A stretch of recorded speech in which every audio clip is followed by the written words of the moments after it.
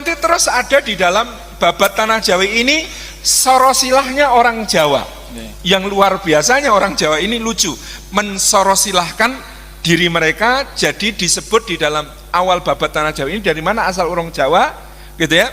Asal usul orang Jawa itu Nabi Adam peputra Nabi Sis peputra Sayyid Anwar lan Sayyid Anwas. Sayyid Anwas nurunake bangsa Arab, Sayyid Anwar nurunake bangsa Jawa. Jadi menurut babat Tanah Jawi, kita dan orang Arab itu kakak adik gitu. Ini nyuwun sewu Ustaz Abdul Rahim ya. Jadi ada Sayyid Anwar dan Sayyid Anwas. Kalau kita kemudian merujuk ke kitab Taurat Perjanjian Lama itu ada Nos putra Sis itu adalah nenek moyang dari bangsa Arab maupun bangsa Ibrani, bangsa Yahudi. Jadi ada Sayyid namanya Sayyid Anwar yang kemudian menurunkan bangsa Jawa. Bagaimana silsilahnya? Ini tambah lucu lagi. Sayyid Anwar peputra Sang Hyang Tunggal. Sang Hyang Tunggal peputra Sang Hyang Wenang. Sang Hyang Wenang peputra telu. Siapa saja putranya Sang Hyang Wenang ini? Pertama namanya Ismoyo, yang kedua namanya Antogo, yang ketiga namanya Manikmoyo. Ismoyo ini nanti akhirnya menjadi Semar, Antogo ini jadi Togog, Manikmoyo menjadi Batara Guru. Nah, Batara Guru itu punya anak dewa-dewa India, semuanya anaknya Batara Guru. Termasuk Siwa, Batara Siwa, Batara Wisnu, Batara Indra, Batara Bromo, semua dewa-dewa Hindu India itu adalah anak Batara Guru. Melalui Batara Bromo kemudian diturunkanlah nama-nama yang ada dalam cerita Ramayana maupun Mahabharata.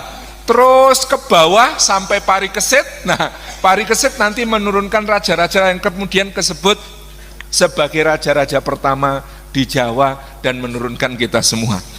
Nah, di dalam babat Tanah Jawi ada yang lucu lagi yang saya perlu ceritakan sebagai pengantar.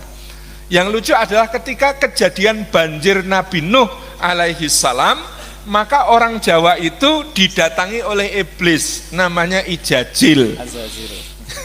Jadi menurut babat ada iblis namanya Ijajil datang kepada orang Jawa mengabarkan akan terjadi banjir seluruh dunia kena binasa oleh banjir pada zaman Nabi Nuh. Kemudian Ijajil ini menawari orang Jawa, pengen selamat apa ora? Nek pengen selamat gitu ya, nek pengen selamat maka kemudian dia menawarkan kowe nyembahku. Nah ternyata pada saat itu demi keselamatan orang Jawa lalu mau, oleh iblis Ijajil ini diracun, dimasukkan ke dalam perutnya supaya selamat. Begitu banjir selesai baru dikeluarkan lagi. Maka secara tidak langsung babat Tanah Jawi ini mengakui, hendak menyampaikan kita ini keturunannya orang-orang musyrik. Yo wis rapopo gitu kan. Ini kan yang nulis ini ya. Ini kan yang nulis seorang muslim ya, Carik Kertoboso ini seorang muslim, dan ini kemudian hendak menunjukkan gelombang-gelombang dakwah hidayah kemudian datang ke Nusantara sedikit demi sedikit untuk menghilangkan kemusyrikan itu, menghilangkan penyembahan kepada iblis itu dengan datangnya cahaya, datangnya nur Allah Subhanahu wa taala. Kemudian dijelaskan oleh beliau salah satu masa yang paling luar biasa di mana kemudian tanah Jawa mendapatkan sinar hidayah adalah dengan kedatangan orang-orang yang disebut sebagai wali sana.